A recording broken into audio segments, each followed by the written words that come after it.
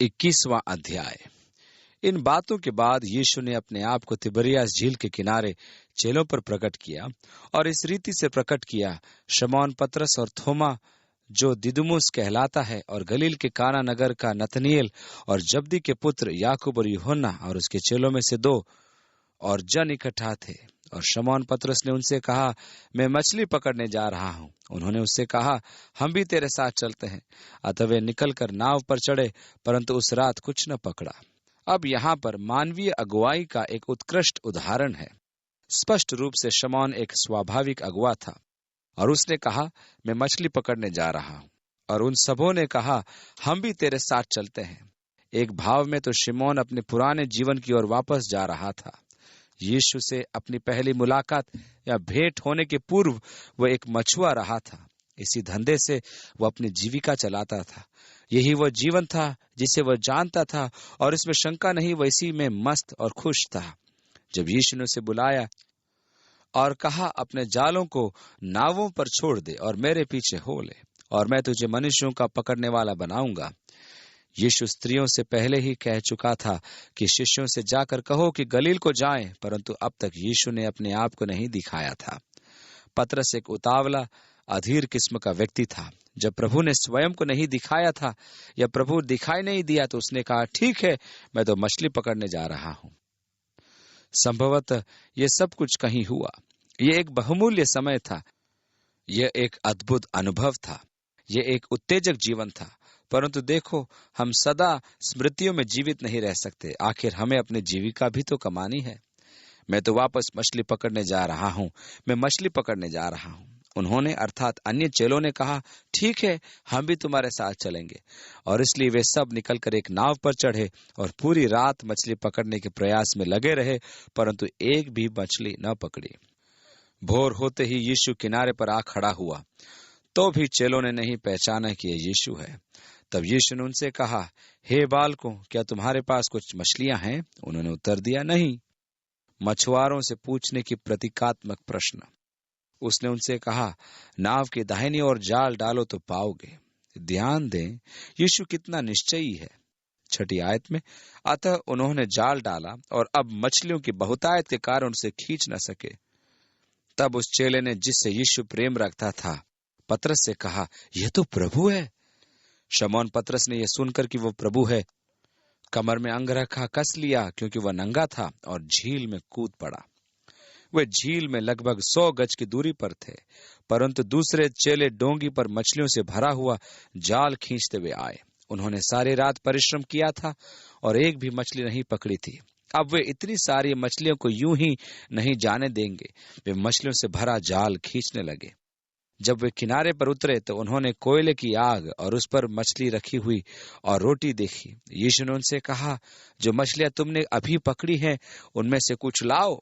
तो शमौन पतरस ने डोंगी पर चढ़कर 153 बड़ी मछलियों से भरा हुआ जाल किनारे पर खींचा, और इतनी मछलियां होने पर भी जाल न फटा। अब यह तो आपको याद होगा कि पिछली बार जब यीशु ने उनसे दूसरी ओर जाल डालने के लिए कहा था, तब जाल में ढेर सारी मछलियां आ गई थी और उनके जाल फटने लगे थे। परंतु इस बार उन्होंने जाल खींचा और जाल में तमाम बड़ी बड़ी मछलियां थी, फिर भी जाल नहीं फटा।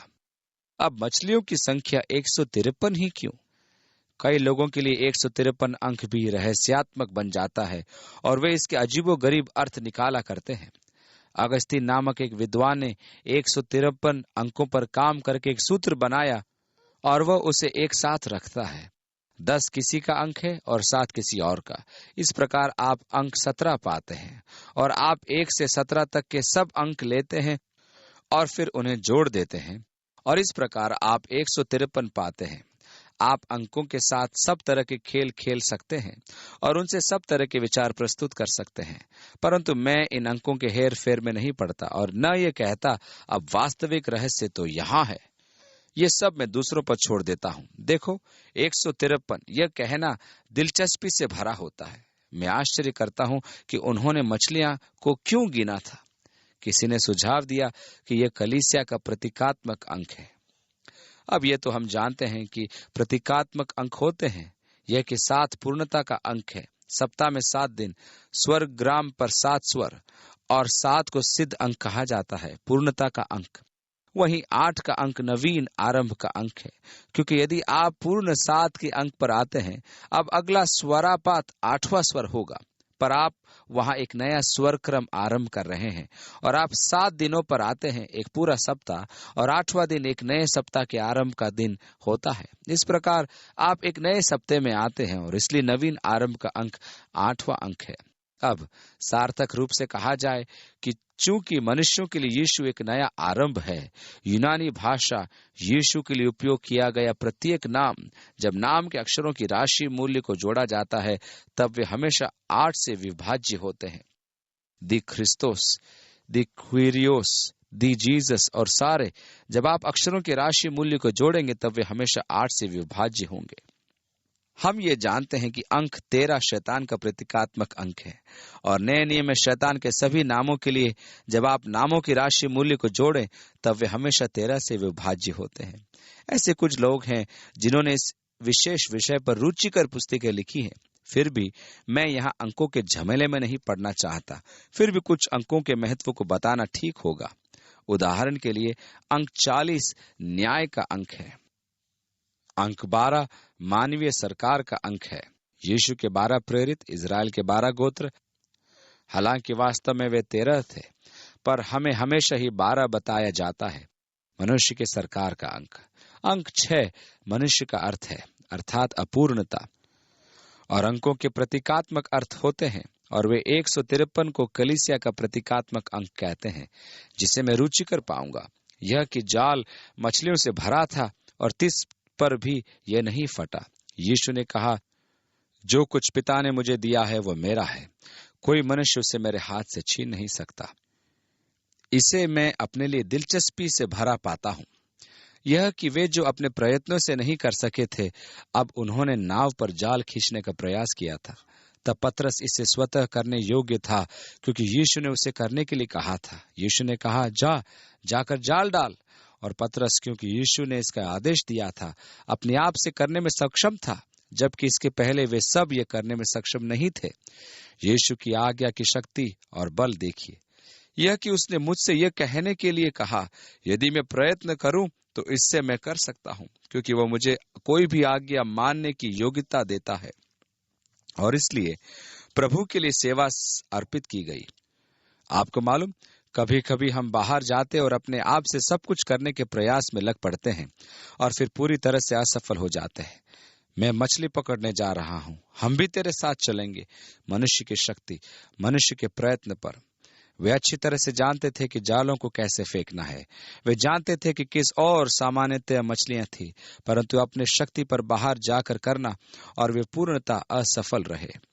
तभी यीशु आता है और कहता है, देखो तुम अपनी दाहिनी ओर जाल डालो और तुम तभी मछलियां पाओगे। अब उनकी सेवा प्रभु द्वारा संचालित की जाती है। और अंतर पर ध्यान दे, जब आप ऐसा कुछ कर रहे हैं जिसे करने के लिए प्रभु आपको दिशा निर्देश दे रहा है, इसके विपरीत अपने ही आवेगों से बसे रहना। जो सेवा प्रभु के द्वारा निर्देशित होती है वो पूर्णतया लाभप्रद होती है, यहाँ तक कि आप जालों में खींच तक नहीं सकते। और मैं अक्सर जब मैं बाहर जाता और उन लोगों से बात करता हूं जो ये जानना चाहते हैं कि परमेश्वर ने यहाँ इस कलीसिया में क्या किया है, मैं उनसे कहता हूं, देखो जब जाल पूरे भर जाते हैं तब आपके लिए उन्हें खींच पाना कठिन होता है। आपको मालूम, इसके लिए केवल एक कारण है, जैसा कि यूहन्ना ने कहा, यह प्रभु है। यह मनुष्य की कला कौशल या बुद्धिमत्ता नहीं है। यह कोई दिखावे का सुंदर कार्यक्रम नहीं है जिन्हें हम किया करते हैं। यह कोई अति महंगा वाद्य यंत्र नहीं कि मानो सिर्फ हमारे ही पास हो।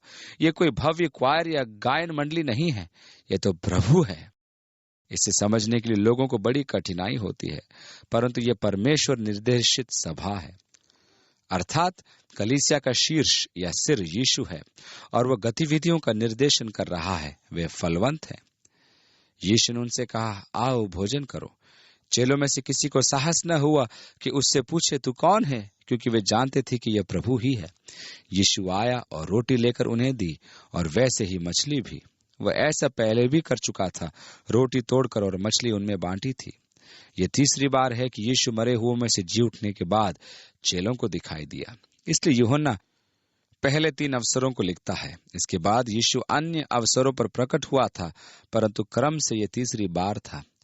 भोजन करने के बाद यीशु ने शिमोन पतरस से कहा, हे शिमोन यूहन्ना के पुत्र, क्या तू इनसे बढ़कर मुझसे प्रेम रखता है? यहाँ प्रेम शब्द अगापे है, गहरे प्रेम का यूनानी शब्द जो परमेश्वर के दिव्य प्रेम के लिए उपयोग होता है। यह सर्वश्रेष्ठ प्रेम है, यह देने वाला प्रेम है। तू मुझसे प्रेम करता है? अगापे, ईश्वरीय, जोशिला, इन सबसे बढ़कर परमेश्वर का प्रेम, इन क्या थे? हो सकता है कि यहाँ जाल में 153 मछलियां अब भी फड़फड़ा रही हों। क्या तू अपनी जीविका से बढ़कर मुझसे प्रेम करता है? क्या तू अपने चुने हुए व्यवसाय में अत्यधिक सफलता पाने से बढ़कर प्रेम करता है? अपनी चुनी हुई फील्ड या क्षेत्र में सफलता की ऊंचाइयों पर उत्तरोत्तर सफलता पाने के बाद भी क्या इस सब से बढ़कर मुझसे प्रेम करता है? पतरस, तू मुझे कितना प्रेम करता है? क्या तू इन सब से बढ़कर मुझे प्रेम करता है? अथवा अन्य शिष्यों को बता सकता था, जिनके सामने पतरस ने अंगीकार करते हुए कहा था कि वह उन सब से बढ़कर प्रभु से प्रेम करता है, वो भी ख्याली पुलाव या मनगढ़ंत तरीके से नहीं। क्योंकि यीशु ने अपने शिष्यों से कहा था, आज रात तुम सब मेरे कारण ठोकर खाओगे। और पतरस ने कहा, प्रभु, ये सब तो ठोकर खा सकते हैं, परंतु मैं कभी पीछे न हटूंगा। सार रूप में कह रहा है, प्रभु मैं अधिक विश्वास योग्य हूं और मैं इन दूसरों से बढ़कर तुझसे प्रेम रखता हूं। और यीशु ने कहा, इससे पहले कि मुर्ग बांग दे तो 3 बार मेरा इनकार कर चुकेगा। असंभव प्रभु, यदि वे मुझे घात भी करें तब भी मैं कभी इनकार तेरा नहीं करूंगा। परंतु उसने किया। और जब यीशु ने कहा तो वह उस असफलता को याद कर रहा था। पतरस, क्या तू इनसे बढ़कर मुझसे प्रेम करता है? और यहाँ वह अन्य चेलों को इंगित कर सकता था। हम इन शब्दों के उपयोग के बारे में नहीं जानते, क्योंकि हम वहां नहीं थे कि देखें कि यीशु किस पर दृष्टि लगाए होगा या इशारा या संकेत कर रहा था। पतरस ने कहा, हाँ प्रभु, तू तो जानता है कि मैं तुझसे प्राप्ति रखता हूं। अब यहाँ प्रेम के लिए वह यीशु का शब्द नहीं, पर एक दूसरे यूनानी शब्द फिलियो का उपयोग करता है, जिसका अर्थ है अनुराग या स्नेह। प्रभु, तू जानता है कि मैं तुझसे स्नेह रखता हूं। यीशु ने यह नहीं कहा था, पतरस, क्या तू मुझसे ईश्वरीय या जोशिला या अगापे स्नेह करता है? पतरस ने कहा, प्रभु, आप जानते हैं कि मैं आपसे फीलियो या अनुराग या स्नेह रखता हूं। यीशु ने उससे कहा, मेरे मेमनों को चरा। पतरस, तुम्हें यहाँ झील पर मछली नहीं पकड़ना है। मैंने तुमसे कहा था कि अपने जाल नाव पर छोड़कर मेरे पीछे हो लो, मैं तुम्हें मनुष्यों को पकड़ने वाला मछुआ बनाऊंगा। अब मेरे मेमनों को चरा। प्रभु को इस बात की रुचि है कि उसके मेमने खिलाए जाएं। यिर्मयाह ने कहा था, उस दिन मैं तुम्हें अपने मन के अनुकूल चरवाहे दूंगा, जो ज्ञान और बुद्धि से तुम्हें चरवाएंगे। यह परमेश्वर का ज्ञान और समझ होगी।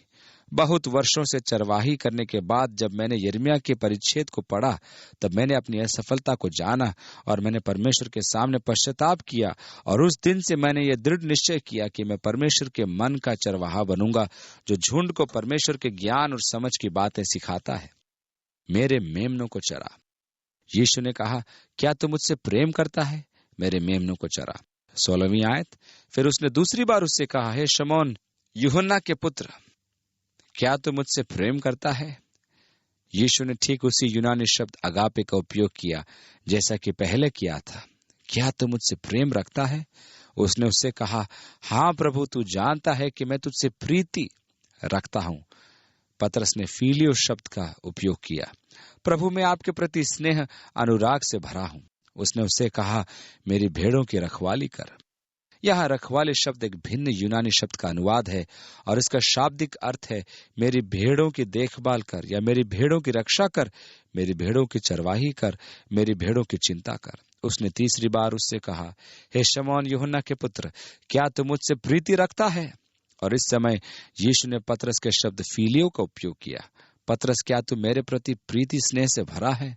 और पतरस दुखी हुआ क्योंकि इस तीसरी बार यीशु ने उसके शब्द का उपयोग किया और कहा, क्या तू मुझसे सच में स्नेह करता है?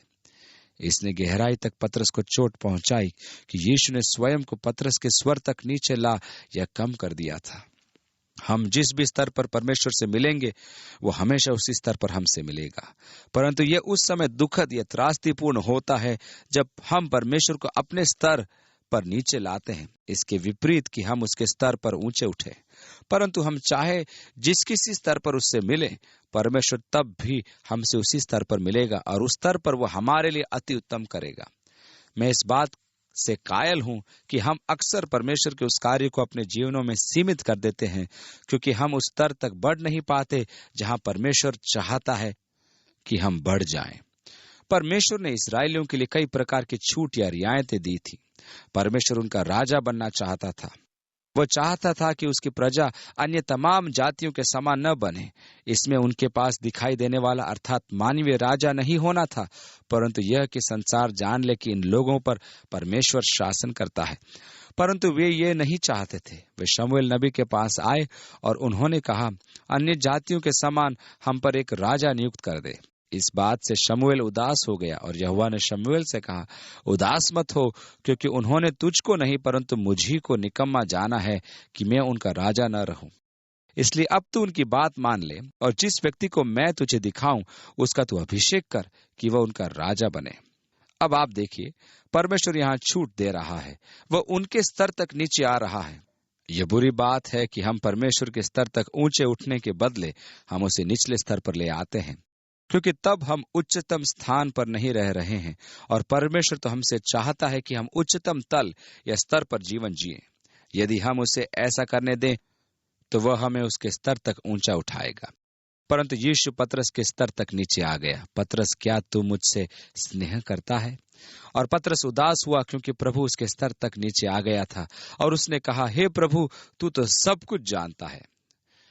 जब यीशु ने कहा, लोग क्या कहते हैं कि मैं कौन हूं? पतरस ने कहा, तू जीवते परमेश्वर का पुत्र मसीह है। और यीशु ने कहा, हे शमौन योना के पुत्र, तू धन्य है, क्योंकि मांस और लहू ने नहीं परंतु मेरे पिता ने जो स्वर्ग में है ये बात तुझ पर प्रकट की है। और मुझे निश्चय है कि पतरस फूल उठा होगा और कहा होगा, हे साथियों, क्या तुमने सुना? प्रकाशन मैं उसके साथ एकाकार हूं। स्वर में स्वर मिल गया। साथियों, क्या तुमने सुना? और उस बिंदु पर अपने शिष्यों को यीशु ने अपने विषयों में यह बताना आरंभ किया कि किस प्रकार वह यरूशलेम को जाएगा और पापियों के हाथ में सौंपा जाएगा और वे इसे क्रूस पर चढ़ाएंगे और उसका वध करेंगे और तीसरे दिन वह पुनः जीवित हो उठेगा। और पतरस ने कहा था, हे प्रभु, परमेश्वर न करे, तेरे साथ ऐसा कभी नहीं होगा। यीशु ने मुड़कर पतरस से कहा, हे शैतान, मेरे सामने से दूर हो, तू तो मेरे लिए ठोकर का कारण है, क्योंकि तू परमेश्वर की बातों पर नहीं परंतु मनुष्यों की बातों पर मन लगाता है। वो तो आवेगाशीलता से बातें करता था। मेरे कारण आज रात तुम सब ठोकर खाओगे। हे प्रभु, वे सब चाहे ठोकर खाएं तो खाएं, परंतु मैं कभी ठोकर न खाऊंगा, अर्थात कभी न मुकरूंगा। इसके पहले कि मुर्ग बांग दे, तू 3 बार मेरा इनकार कर चुकेगा। चाहे वे मुझे मार क्यों न डाले, पर मैं तेरा इनकार कभी न करूंगा। अपने शब्दों को जोर देकर आवेग से पतरस शायद बोल रहा होगा। अब यीशु ने तो ये कहा था, जिसके पास मेरी आज्ञा है वही है जो मुझसे प्रेम करता है। एक ईश्वरीय जोश से भरे प्रेम के साथ उससे ये दिखाना होगा, उसकी आज्ञाओं को मानने और उन पर चलने के द्वारा। पतरस उसकी आज्ञाएं पालन नहीं कर रहा था। मैं मछली पकड़ने जा रहा हूं। यीशु ने यह नहीं कहा था, पतरस मछली पकड़ने जा। उसने कहा था, गलील में मेरा इंतजार करना, मैं वहीं तुमसे मिलूंगा। उसने उससे कहा था, अपने जाल वहीं नाव पर छोड़कर आ और मेरे पीछे हो ले। और वो तो ठीक मसीह की आज्ञा उल्लंघन करने का कार्य कर रहा था, वापस अपने जालों से मछली पकड़ने जाकर। और इसलिए जब यीशु ने कहा, अगापास अर्थात क्या तू मुझसे दिव्यता जोश से भरकर प्रेम करता है, वो ये नहीं कह सका था हाँ, क्योंकि यीशु को तब कहना पड़ा था, जब मैंने तुझसे कहा ही नहीं था तब तू वहां झील पर इन सब साथियों के साथ क्या कर रहा था। और पतरस जानता था कि वो पकड़ा गया और वो जानता था कि यह नहीं कह सकता था, मैं तुझसे ईश्वरीय प्रेम, जोशीला प्रेम करता हूं। इसलिए उसे कुछ हल्का यूनानी शब्द उपयोग करना पड़ा, मैं तुझसे स्नेह करता हूं। और दुखद रूप से यीशु को अपने निचले स्तर पर ले आना था और इससे उसे चोट पहुंचती है। यीशु ने कहा, मेरी भेड़ों को चरा। इसलिए तुझे मेरे मेमनों को चराना है, मेरी भेड़ों की रखवाली करनी है और उन्हें पोषित करना है। क्या तू मुझसे प्रेम करता है? यही तो प्रभु को करना चाहिए। यह उसी की आज्ञा है, मेरी भेड़ों को चरा। और तब उसने उससे कहा, मैं तुझसे सच सच कहता हूँ, जब तू जवान था तो अपनी कमर बांधकर जहाँ चाहता था वहां फिरता था, परंतु जब तू बूढ़ा होगा तो अपने हाथ फैलाएगा और दूसरे तेरी कमर बांधकर जहाँ तू न चाहेगा वहां तुझे ले जाएंगे। उसने इन बातों से संकेत दिया कि पतरस कैसे मृत्यु से परमेश्वर की महिमा करेगा। वो पतरस को बता रहा था कि उसे क्रूस पर चढ़ाया जाएगा। जब तू जवान था तब सच संवर कर कमर में पटुका बांधकर जहां चाहता था वहां जाता था, परंतु इन आने वाले दिनों में दूसरे तेरा पटुका बांध देंगे और जहां तू जाना न चाहेगा वहां तुझे ले जाएंगे। वे तुझे क्रूस पर चढ़ाने को ले जाएंगे। और निश्चय ही जब पतरस रोम में था तब उसे क्रूस पर मरने का दंड दिया गया। और तब पतरस ने कहा, मेरी एक विनती है, कृपया मुझे क्रूस पर उल्टा टांगो। मैं इस योग्य नहीं कि जिस प्रकार मेरा प्रभु मरा था वैसे मैं भी मरूं। और उसे क्रूस पर उल्टा चढ़ाया गया, अर्थात सिर नीचे की ओर। परंतु ये मेरे लिए एक दिलचस्प बात है कि यहाँ यीशु उसे बताता है कि वह कैसी मृत्यु से मरेगा। और तब उसने उससे कहा, मेरे पीछे हो लो। तू वापस मछली पकड़ने जा सकता है, पर अब मेरे पीछे हो ले। यह एक अत्यंत कठिन होने जा रहा था। ये आगे जाकर क्रूस पर चढ़ाए जाने के लिए होगा। पतरस, अब तू बड़ी बड़ी कार चलाने नहीं जा रहा। अब तो एक सुंदर बड़ी कोठी या हवेली में रहने नहीं जा रहा। ये उतना आसान नहीं होगा, पर मेरे पीछे हो ले। 20वीं आयत। पतरस ने मुड़कर उस चेले को पीछे आते देखा जिसे यीशु प्रेम रखता था और जिसने भोजन के समय उसकी छाती की ओर झुककर पूछा था, हे प्रभु, इसका क्या हाल होगा। अब फिर पतरस अपनी पुरानी दशा जैसी उलटफेर की बातें बोल रहा है। प्रभु, इसके बारे में क्या कहते हैं? ये मनुष्य क्या करेगा? और यीशु ने 2 टूक जवाब दिया, पतरस, ये सब जानना तेरा काम नहीं। मैं तुझसे तेरे बारे में बात कर रहा हूं। तू अपनी चिंता कर, इसकी चिंता छोड़ दे। यदि मैं चाहूं कि वह मेरे आने तक ठहरा रहे तो तुझे इससे क्या? पतरस, तू तो बस आशा लगाए रहे, तुझे क्रूस पर चढ़ाया जाएगा। पर हे प्रभु, इसका क्या होगा? यीशु ने कहा, देख पतरस, तू अपनी अपनी चिंता कर, मेरे साथ तेरे संबंध की चिंता कर। यदि मैं चाहूं कि वह मेरे आने तक जीता रहे तो तुझे इससे क्या? इससे क्या तुझे अंतर पड़ेगा? तू मेरे पीछे हो ले। अब प्रभु तो हमेशा हम में से प्रत्येक से व्यक्तिगत रीति से कार्य व्यवहार करना चाहता है, और हमारे साथ वह व्यक्तिगत संबंध प्रभु मुझसे बात करेगा और मुझे मेरे बारे में बताएगा, और प्रभु आपसे बात करेगा और आपके बारे में आपको बताएगा। मैं ऐसे लोगों की बातों पर बहुत कम ध्यान देता हूं जो मेरे पास आकर कहते हैं, प्रभु ने मुझसे कहा कि मैं आपको आज जाकर बताऊं। तब मैं आश्चर्य करता हूं कि क्या प्रभु मुझे बताना भूल गया, या मेरा टेलीफोन नंबर उसे याद नहीं रहा। प्रभु, इसका क्या हाल होगा? नहीं पतरस, मैं तेरे बारे में बात कर रहा हूं। इसका तुझसे कुछ लेना देना नहीं कि यूहन्ना के लिए मेरा क्या इरादा है। तू मेरे पीछे हो ले। अब चूंकि यीशु ने कहा, यदि मैं चाहूं कि वह मेरे आने तक ठहरा रहे, बहुत से इस कथन को चुन लेते हैं और फिर इसका गलत अर्थ लगाते हैं। और उन्होंने तो यहाँ तक कहा था कि यूहन्ना के मरने से पहले यीशु वापस लौट आएगा, परंतु यूहन्ना उस गलतफहमी को दूर करने के प्रति सावधान है। और यूहन्ना ने इशारा किया कि यीशु के कहने का मतलब यह नहीं। यीशु ने तो केवल यह कहा था, यदि मैं चाहूं कि वह मेरे आने तक ठहरा रहे। और इसलिए यूहन्ना आरंभिक कलीसिया में फैल गई गलतफहमी को दूर करता है। यूहन्ना के मरने से पहले प्रभु आ जाएगा। यूहन्ना ने कहा, नहीं नहीं, यह वह नहीं जिसे उसने कहा था। उसने कहा, यदि मैं चाहूं कि वह ठहरा रहे, परंतु उसने यह नहीं कहा कि वह ठहरा रहेगा अथवा मरेगा नहीं। 23वीं आयत में आगे, यदि मैं चाहूं कि वह मेरे आने तक ठहरा रहे तो तुझे इससे क्या?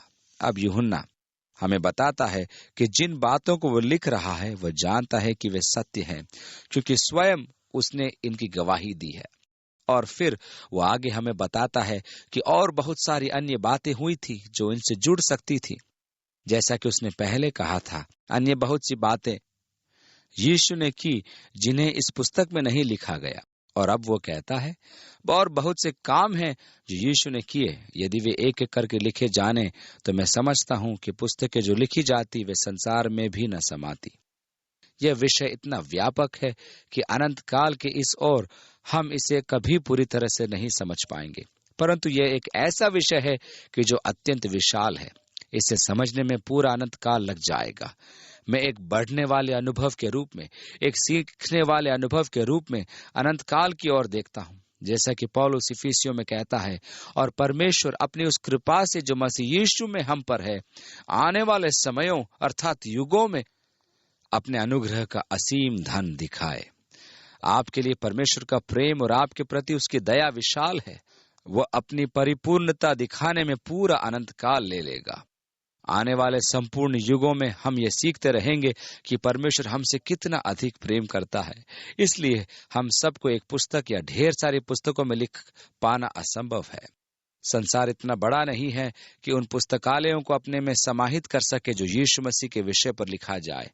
ये हमारे अपने हृदयों के लिए एक हमेशा बढ़ते रहने वाला प्रकाशन है कि परमेश्वर के आत्मा का कार्य हमारे जीवनों में कितना व्यापक है। आइए हम प्रार्थना करें। पिता, हम उस सब के लिए जो आप हैं और वह सब जो आपने दिया और किया, आपको धन्यवाद देते हैं। हम आपको अपने निज पुत्र को भेजने के लिए धन्यवाद देते हैं, जो मर गया और पुनः जीवित हो उठा, और जो आज भी हमारे लिए मध्यस्थता करने को जीवित है और हमारे लिए विनती कर रहा है। प्रभु, जब हम प्रार्थना करते, जब हम आपके बारे में सीखते और जब हम आपके प्रेम के विषय सीखते हैं, तो हमें आशीष दे। और जब हम इस अनुग्रह में बढ़ते और हमारे प्रभु और उद्धारकर्ता यीशु मसीह के ज्ञान में बढ़ते हैं, तब हमें आशीष दे। उसी के नाम में हम प्रार्थना मांगते हैं, आमीन। प्रभु आपके साथ रहे और आपको अच्छे दिन आगे दे।